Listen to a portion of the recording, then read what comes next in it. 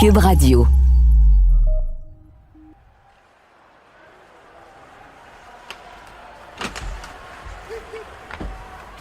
Peux-tu imaginer aujourd'hui un hockeyeur professionnel, un joueur des Canadiens de Montréal qui serait capitaine, entraîneur, puis directeur général? Puis tout ça en même temps?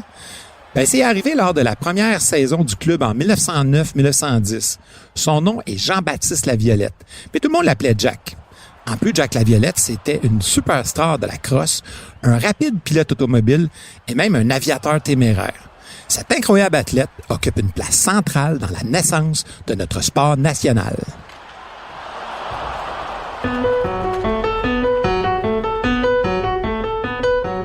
Tu sais, l'histoire, c'est pas comme la date de péremption des aliments dans ton frigo.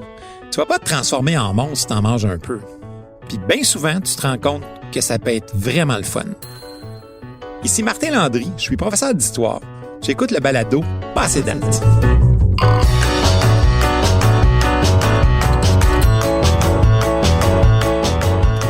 Aujourd'hui, le thème de l'épisode est de la crosse au hockey, 3 belles histoires qui ont forgé notre identité. Parlant d'identité, la culture sert bien souvent à souder des liens entre les individus. Elle fait naître le sentiment de collectivité qui permet aux gens de s'identifier en tant que groupe. Si, par exemple, le théâtre, la littérature, la musique ou le cinéma sont de très puissants médiums d'expression culturelle, le sport en est un aussi très important. Si je te demande quel est le sport national du Canada, il y a de bonnes chances que tu me répondes le hockey. C'est pas faux, mais dans les faits, on en a 2. Et oui, il y a 2 sports nationaux au Canada. Quel est donc le deuxième? Ben, en 1994, le Parlement canadien reconnaît le hockey sur glace comme notre sport national d'hiver et la crosse, le sport national d'été. Le hockey, je pense que tu comprends pourquoi. Mais la crosse, notre sport national pour vrai? C'est quoi notre lien culturel avec ce sport-là? Au départ, il faut savoir que c'est un jeu inventé par les Premières Nations. J'ai demandé à un ami autochtone de nous prononcer correctement le nom en langue mohawk.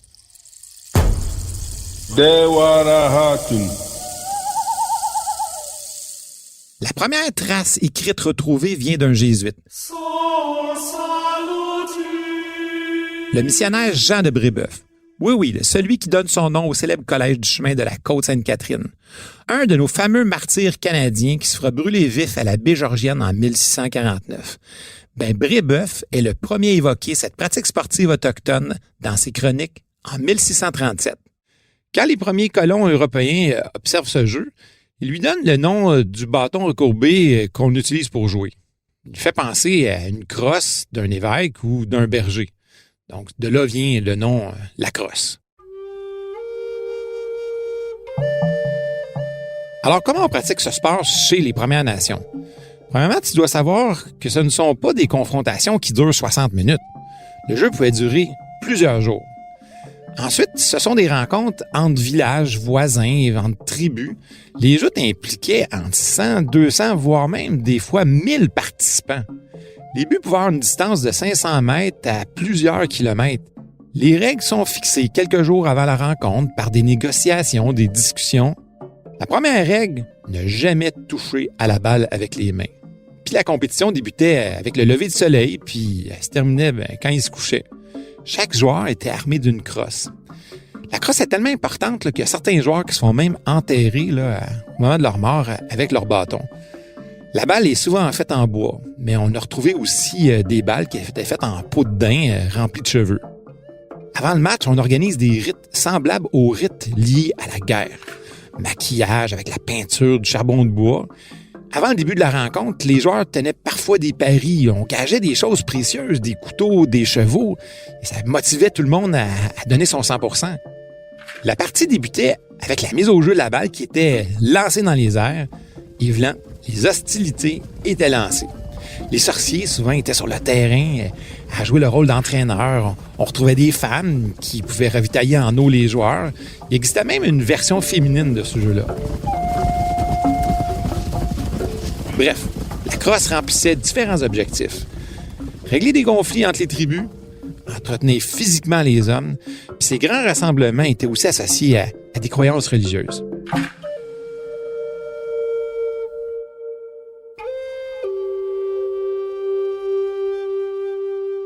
Mais il faut attendre le 19e siècle pour que la crosse s'enracine ici, chez les Canadiens.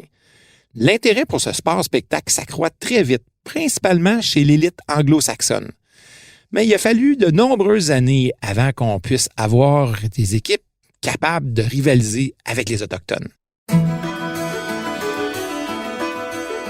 C'est là qu'apparaît un personnage incontournable de cette histoire, William George Beers, un dentiste montréalais qui va rédiger les premières règles de la crosse moderne. Il travaille fort pour en faire un sport pratiqué par tous les Canadiens. Beers considère que tous les jeunes devraient pratiquer ce sport, cette discipline qui développe chez les jeunes le fair play. Ça, c'est très British. That is splendid. Pour lui, la crosse doit représenter pour les Canadiens à peu près ce que les Olympiques étaient pour les Grecs de l'Antiquité. Bon, probablement qu'il exagère un peu. Puis la crosse traverse l'Atlantique doucement à plusieurs reprises. Entre autres, en 1876, Canadiens autochtones vont même faire une démonstration à la cour anglaise devant, attendez bien, la reine Victoria au château de Windsor. Cet événement est présenté symboliquement comme un affrontement entre deux civilisations. En fait, tu sais quoi? À la fin du 19e siècle, la crosse sert souvent de vitrine culturelle canadienne en Europe. Elle se retrouve même au programme officiel des Jeux olympiques à 2 reprises, en 1904 puis en 1908. Malheureusement, mais vraiment très malheureusement, à la fin du 19e siècle au Canada, les Premières Nations sont injustement exclues de la pratique commune de ce sport. Mais fait indéniable, la crosse est encore aujourd'hui l'un des trop rares exemples de culture autochtone que la société canadienne reconnaît avoir emprunté aux Premières Nations. Bon, pour la crosse, je pense qu'on comprend l'enracinement culturel. Mais si on fait la transition avec le hockey, penses-tu qu'il y a un lien entre ces deux sports-là? Si c'est indéniable que la crosse vient d'Amérique, le hockey, ça vient-tu vraiment de Montréal? Essayons d'y voir plus clair avec cette histoire. Plusieurs historiens pensent que le hockey a comme ancêtre direct le bandy. Tu connais ce sport? Ça vient des Pays-Bas. Le bandy se joue en patin, donc un premier lien. On va le pratiquer sur des très grandes surfaces gelées, souvent des champs. Ça se joue 11 contre 11 avec un bâton puis une balle. Il y a beaucoup de rapprochements quand même avec le hockey. Puis doucement, ce sport inventé au 16e siècle migre au nord, vers la Grande-Bretagne. Nous, au Canada, on constate que la pratique de ce sport coïncide avec l'arrivée massive de populations britanniques au pays au milieu du 19e siècle, puis qui apportent dans leur bagage des jeux similaires au hockey, comme le shinty écossais ou le hurling irlandais, par exemple. Puis au milieu des années 1840, c'est la grande famine en Irlande, puis des millions d'Irlandais vont migrer vers l'Amérique du Nord britannique. On pratique donc ici des hybrides de ces sports européens qui sont les ancêtres du hockey. Mais ici, étant donné que longtemps, les meilleurs joueurs de hockey sur glace au monde étaient canadiens, on a toujours tenu pour acquis que ce sport était le nôtre.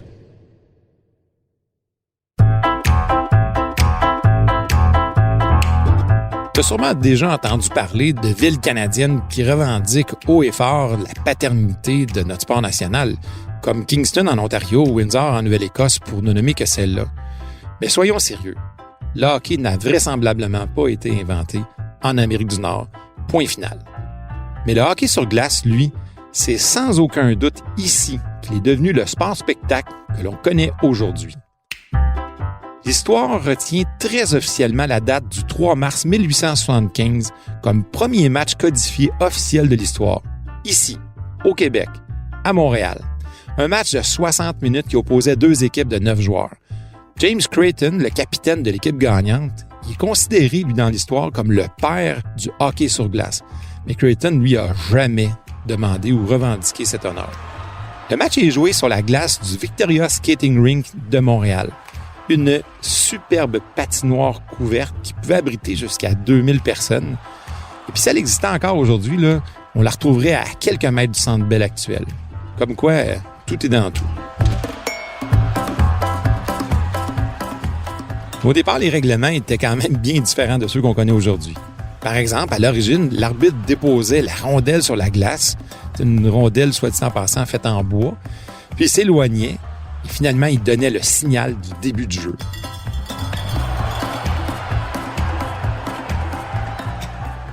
Le sport va rapidement acquérir une très forte popularité au pays. Assurément aidé par une organisation qui rayonne au plan international et qui fera découvrir Montréal comme une grande capitale boréale. Le fameux carnaval d'hiver. Puis là, rien à voir avec le carnaval de Québec que tu connais aujourd'hui, bien des années avant. L'événement est complètement malade. Imagine-toi, au cœur de l'hiver, entre 1883 et 1889, Montréal est l'hôte d'un grand carnaval nordique, dans lequel on présente toutes sortes de compétitions hivernales. On érige un gigantesque palais de glace, le premier jamais construit en Amérique, inspiré de celui de l'impératrice Anne Ier de Russie, à Saint-Pétersbourg en 1740. À titre d'exemple, celui de Montréal, en 1885, comptait 1200 blocs de glace, puis il était éclairé à l'électricité. Imagine le spectacle pour les gens de l'époque. C'est la principale attraction du carnaval. Il était situé au Square Dominion, aujourd'hui le Square Dorchester. C'était l'élément central des festivités.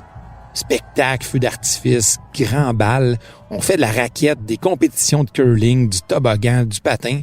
Puis c'est durant la première édition du carnaval, celui de 1883, qu'on réalise le premier tournoi de hockey de l'histoire, couronné d'un trophée. L'événement attire des foules, puis le sport-spectacle prend forme doucement.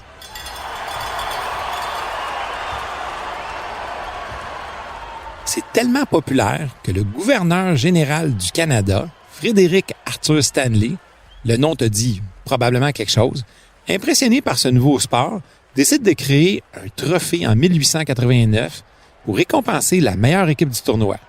Et voilà, notre célèbre Coupe Stanley venait de naître.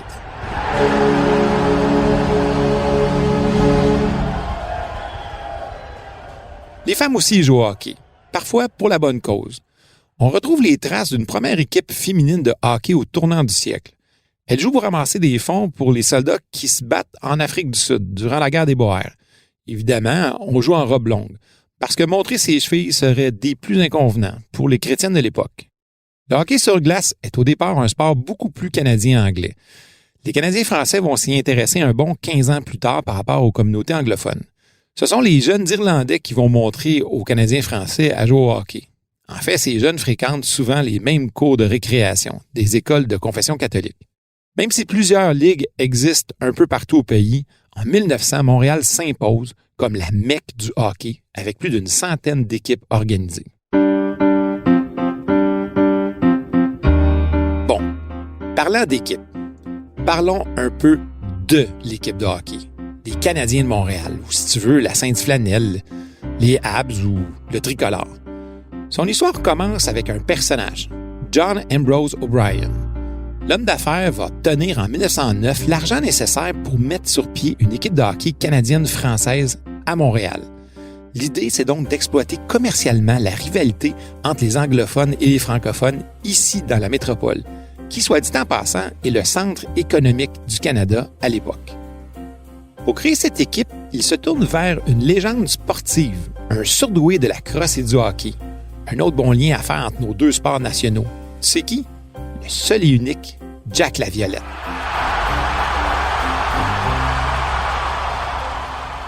Ce dernier a beaucoup d'influence sur la création des Canadiens. En plus d'être un athlète complètement exceptionnel, c'est le premier capitaine, le premier entraîneur du célèbre club. Il a la responsabilité de recruter les meilleurs joueurs francophones au monde. Puis, il fait une sacrée bonne job. Il va réussir à signer des grosses pointures, comme par exemple le redoutable Didier Pitre. Tu as déjà entendu parler de cette légende? Un joueur capable de décapiter les gardiens adverses avec un simple tir du poignet, foudroyant. Tellement que le gardien des Sénateurs d'Ottawa, à l'époque, va demander à la Ligue de l'autoriser à porter un masque quand il joue contre le Canadien. Bref, Laviolette a le lourd mandat de créer une équipe qui peut battre le club montréalais anglophone, les Wanderers. Une équipe qui n'embauche pratiquement que des joueurs anglophones. Et v'lan, la rivalité est lancée entre les deux solitudes. Savais-tu qu'à l'origine, le nom canadien ne fait pas référence au pays du Canada, là, fondé en 1867? Mais non. Le nom canadien fait plutôt référence à l'espace où les premiers habitants francophones de la vallée du Saint-Laurent habitaient là, à l'époque de la Nouvelle-France.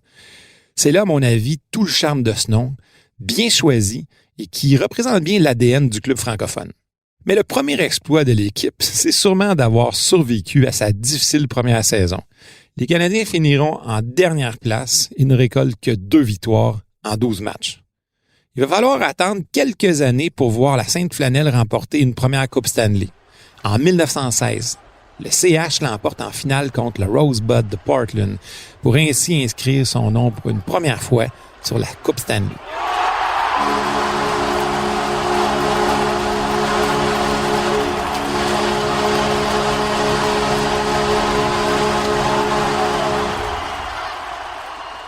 En fait, dans les années 20, la crosse va progressivement perdre en popularité au profit du hockey, mais aussi du baseball. Mais ça, on en reparlera dans un autre balado. Fait incontournable pour comprendre l'attachement des Québécois pour les Canadiens de Montréal, 1942, quand Maurice Richard rejoint l'organisation du Tricolore. Richard fait partie de la courte liste des héros québécois dont la mémoire perdure encore aujourd'hui. Bon, petite anecdote, savais-tu qu'aujourd'hui, une excellente recrue de la Ligue nationale gagne un peu moins d'1 million de dollars pour une première saison? À son année recrue en 1942, Maurice Richard gagne 6 000 $ avec sa prime. Petit ou gros salaire à ton avis? Toute proportion gardée, c'est un peu plus de 4 fois le salaire moyen. Toujours en 1942, le salaire moyen annuel au Canada est de 1 400 $. Les médias vont aussi jouer un rôle prépondérant pour populariser le hockey sur glace. Au départ, on peut compter sur les comptes rendus des matchs dans les journaux, puis la radio diffuse les matchs au début des années 1930. Mais l'événement médiatique par excellence se déroule le 11 octobre 1952, quand on diffuse pour la première fois un match de nos glorieux à la télévision. Repère le Rocket, qui fait une passe, il compte! Oh! Maurice Richard, une fois de plus, vient frapper à la porte du destin. À l'origine, seulement la 3e période était diffusée à la télé. C'est pourquoi? En fait, on craignait que la télédiffusion des matchs nuise à la vente des billets et que les gradins se vident. Bon, il fallait quand même avoir accès à un téléviseur. En 1952, Montréal ne compte que 7500 postes de télévision dans toute la ville. Peux-tu imaginer l'effet que ça a fait pour des milliers de Québécois de voir leur idole directement dans leur salon? Imaginez être le gardien adverse lorsque le Rocket arrive avec son foudroyant coup de canon. Bon, revenons à Maurice Richard. La grandeur du personnage, qu'on appelle affectueusement le Rocket, dépasse ses prouesses sur la glace, comme 50 buts en 50 matchs, 5 buts, 3 aides dans une même partie, là, c'est quand même 8 points. C'est 8 Coupes Stanley, quand il a été le premier à défoncer le plafond de verre de 500 buts. En fait, je dirais que l'homme transcende le hockey. Maurice Richard éveille la conscience de tout un peuple par ses exploits et surtout par son attitude. En fait, il faut dire que le peuple canadien-français se sent trop souvent opprimé par l'establishment anglophone canadien. Le Rocket et le Canadien, par leur victoire sur la glace ici, à Toronto ou aux États-Unis, réussissent à mettre fin à 200 ans de domination anglophone en s'imposant avec succès par leurs exploits. Alors, tu peux facilement t'imaginer quand notre héros national se fait suspendre en mars 1955, à quelques matchs des séries éliminatoires, la réaction de tout un peuple.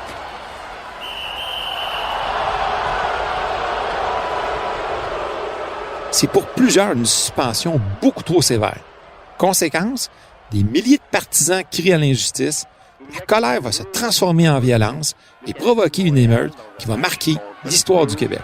A vu son joueur étoile, Maurice Richard, se faire suspendre suite à une altercation avec un juge de ligue. La saison suivante, le Rocket revient au jeu et les Canadiens de Montréal répondront, comme dirait l'autre, par la bouche de leur canon. Ils remportent la première de 5 Coupes Stanley gagnées consécutivement. Un record jamais égalé dans l'histoire de la Ligue nationale. Et v'lan, ça c'est une belle réponse à l'injustice. Tu peux imaginer qu'à travers leurs héros au gilet bleu-blanc-rouge, les Canadiens français se découvrent une fierté qui laisse présager une confiance en soi prémisse à la révolution tranquille des années 60.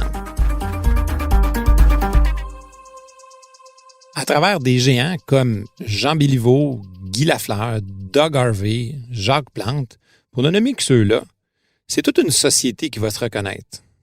Le sport va bien au-delà de l'activité physique et permet à la société d'exprimer ses valeurs, ses rêves collectifs. Au fond, on peut affirmer que nos deux sports nationaux, la crosse et le hockey, ont largement contribué à forger cette identité montréalaise, québécoise et canadienne. Tu sais, si tu veux pas être passé date, c'est important des fois de regarder en arrière, de voir les traces du passé pour savoir où tu as le goût de t'en aller.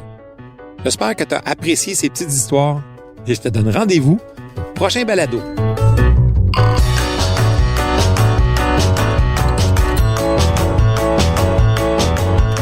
À l'animation, moi-même, Martin Landry. Au texte et à la recherche historique, j'ai été épaulé par Raymond Bédard et René Hachin. Au montage, Philippe Séguin. À la réalisation, Bastien Gagnon-Lafrance. Diffusé en collaboration avec la Société des professeurs d'histoire du Québec, ce balado est une production de Montréal en histoire et de Cube Radio.